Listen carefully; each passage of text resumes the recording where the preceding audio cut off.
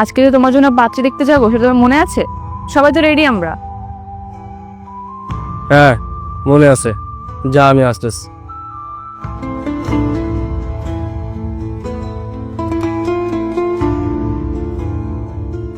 ভাইয়া, ভাইয়া, কি করছো তুমি? তুই? আমি ভাবছিলাম মা, ভয় তো পেয়ে গেছি না। তুমি এই ভর দুপুরবেলা ড্রিঙ্ক করছো, তারপর ছাদে বসে। আমি না আসে যদি মা আসতো তখন কি করছা? আরে ছাদে কেউ আসে না বলেই তো ছাদে বসে ড্রিঙ্কস করতেছি। আচ্ছা তুমি এসব কেন করছো বলো তো? তুমি জানো না এগুলো তোমার জন্য ক্ষতিকর? সব জেনে বুঝো কেন খাও এসব? এই এসব জ্ঞান দিস না তো আমারে, ম্যাচ খারাপ করিস না।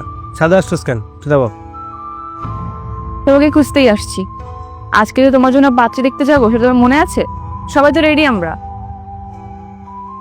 হ্যাঁ মনে আছে, যা আমি আসতেছি। তাড়াতাড়ি আসো, মা ডাকছে। এই শুন শুন শুন, মারে কিন্তু কিছু কিছু বলিস না, এটা ঠিক আছে?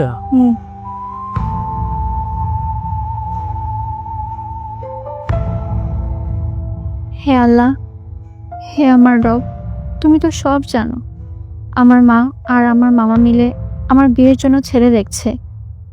তুমি আমাকে একজন সৎ চরিত্রবান, নামাজি, ধার্মিক একটা জীবনসঙ্গী দান করো আল্লাহ। আমি কি রে, তোর এখনো নামাজ পড়া শেষ হয়নি? কখন সাজগোজ করবি, কখন রেডি হবি? ওরা অপেক্ষা করছে তো। আমি তো সাজগোজ করব না। তার মানে কি, তুই এইভাবে যাবি? একজন নারী সাজগোজ করতে পারে শুধুমাত্র তার স্বামীর জন্য। আর যে আমাকে দেখতে আসছে সে তো এখন আমার স্বামী হয়ে যায়নি। আমি তো আর তার সামনে পর্দা না করে সাজগোজ করে যেতে পারি না। আমাকে তার সামনে পর্দা করেই যেতে হবে।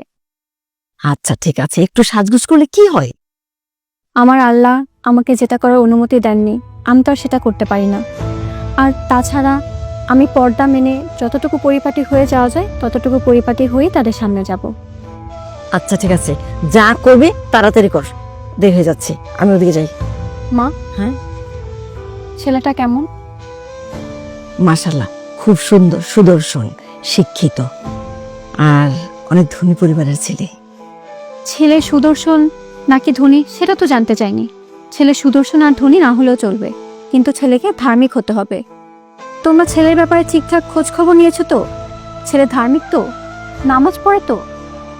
আরে হ্যাঁ, পরে পরে তোর মামা বলেছে ছেলে খুব ভালো।